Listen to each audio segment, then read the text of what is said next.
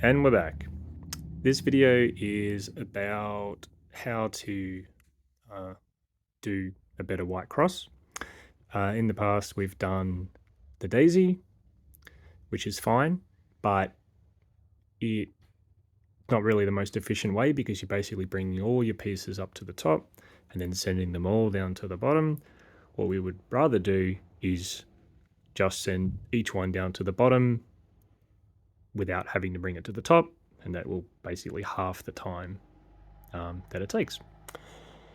Now, there's a few different cases that you can get, and the main goal of this, and the reason why we do the daisy in the first place, is because we don't want to mess up anything that's already solved on the bottom. So it's a tiny bit trickier, but it's fine.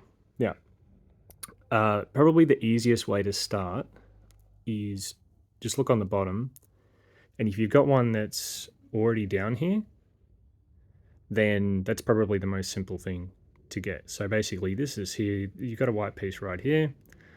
This is the orange, it just needs to be on the orange side. There it is. So that's one piece solved already. If you've got two, it makes things more complicated, but we'll get to that in a minute. Now, the next thing is if you've got one on top, like this.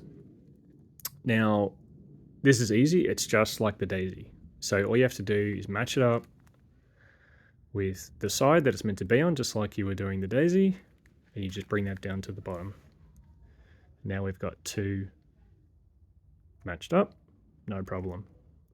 Now, another one you can have is if it's on top, but it's flipped. So what do we do here? So you can learn this, you can just sort of follow the movements, or you can learn it as an algorithm, or whatever you want to do.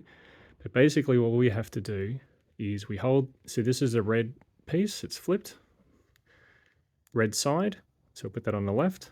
So because it's on the left, we're going to bring this down with the left. So basically all we have to do is bring this down, flip it, and put this back up. Now the putting back up at the end is important because if we had one here, it would preserve it.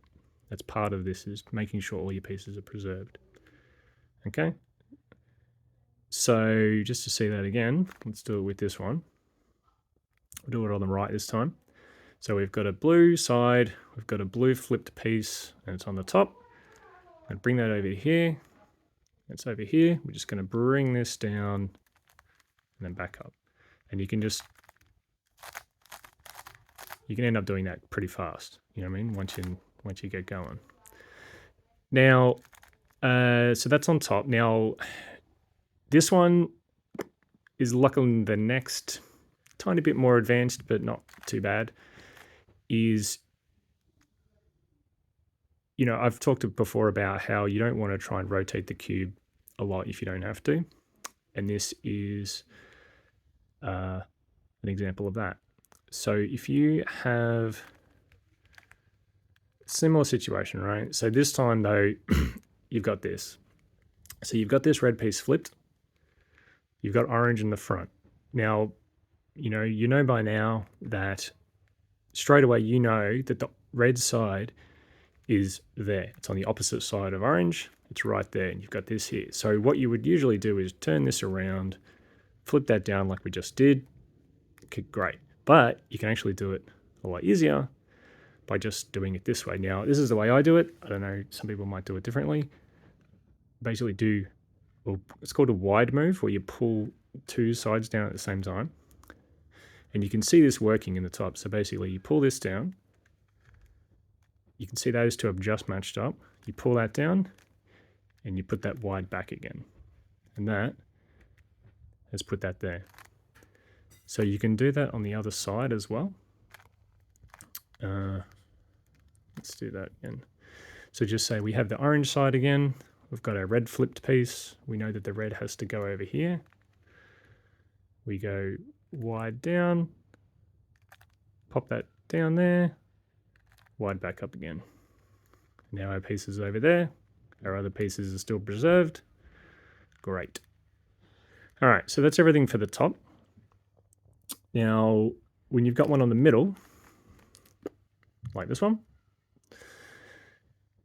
so the way I visualize this in my head is that I need this to go into the blue slot. Okay, so if I know that if I just push this down, like the fastest way to get this to the bottom layer is one move there, right? But this is not in the right spot. This is the orange slot, right? It's not the blue slot. The blue slot is below the blue side piece here. This is the blue slot. So what we have to move the blue slot into here, put this into it, and then move it back. So the easy way to do that is blue slot's right there. I'm just going to move it over here. Going to put that into it, and then move that back again. There we go. So that has moved this blue piece into the correct slot. My other stuff is still preserved. Great. So let's just do another one of those. Well, this one here, it's super simple. It's already in the right. You can see this is already in the right, it's already matched up. That's all you have to do. But if this was, if your cube was set up like this, oops, if your cube was like this, I know that if I put this here, it's wrong. Where is the green slot? Well, and this is another situation where, the green slot is actually on the opposite side to blue. So really, you wouldn't even have to look. You know that it's 2 slots away. So what you could do without even looking, you can just pull the bottom one twice. That will bring the blue slot, the green slot over. Put that down, put it back again.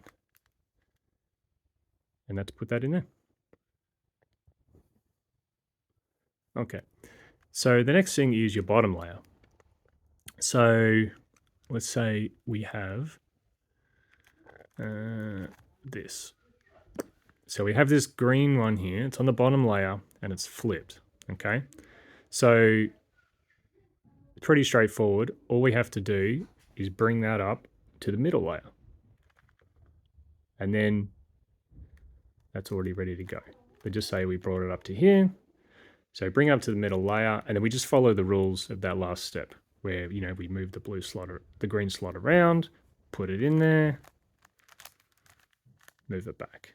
And there it was. So if you've got one on the bottom flipped, you can just, if you're lucky enough to have it right next to the one it's meant to go in, you can just match it up that way and put it down again. Or if it's not, bring it up, rotate your slots, do it that way. If you've got one which is like this, so just say like we've got this, and usually like if, the very first step was we just moved that around and it was fine, but we've already got this one here. So if we just move this, it's gonna mess this one up. So with this, at this stage, it's probably just easier to do this like the daisy. So basically just rotate the whole thing up, move it around to where it's meant to be. We already know it's on the opposite, so it's around there, and just put it back down, just like with the daisy. Move it to the top, move it down to the bottom. And that's that. So I'm pretty sure that was all the cases. Now, one thing just in general for doing your cross, one thing to think about, when you are, when people do cubic competitions and stuff, they have like what they call an inspection phase, where they just pick up the cube for 10, 15 seconds and inspect it, and basically try and work out in their head what they're going to do. And, you don't, obviously those professionals will plan way ahead. You don't have to do that. Start small. All you need to do is when you pick up the cube, you're about to solve it, take just a few seconds and think about your first move. That's all. Just think about your first move. So for example, I look at this, like I said before, if there's one on the bottom, great. So I know my first move is I'm going to move this to there, and that's going to be easy, right? And I think, okay, and then once you've done your first move and you get used to doing that, then you think first 2 moves. Okay, so my first 2 moves, I'm going to move this to there, and then I'm going to move this down here using that other thing. So I go 1, 2. Okay, and that's 2 done, and I did that in like 2 seconds. So that's just a way, and then later think about first 3 moves, first 4 moves, but that's like down the track. But as an early goal, just make it 2 moves, and then see how you go. All right, good luck.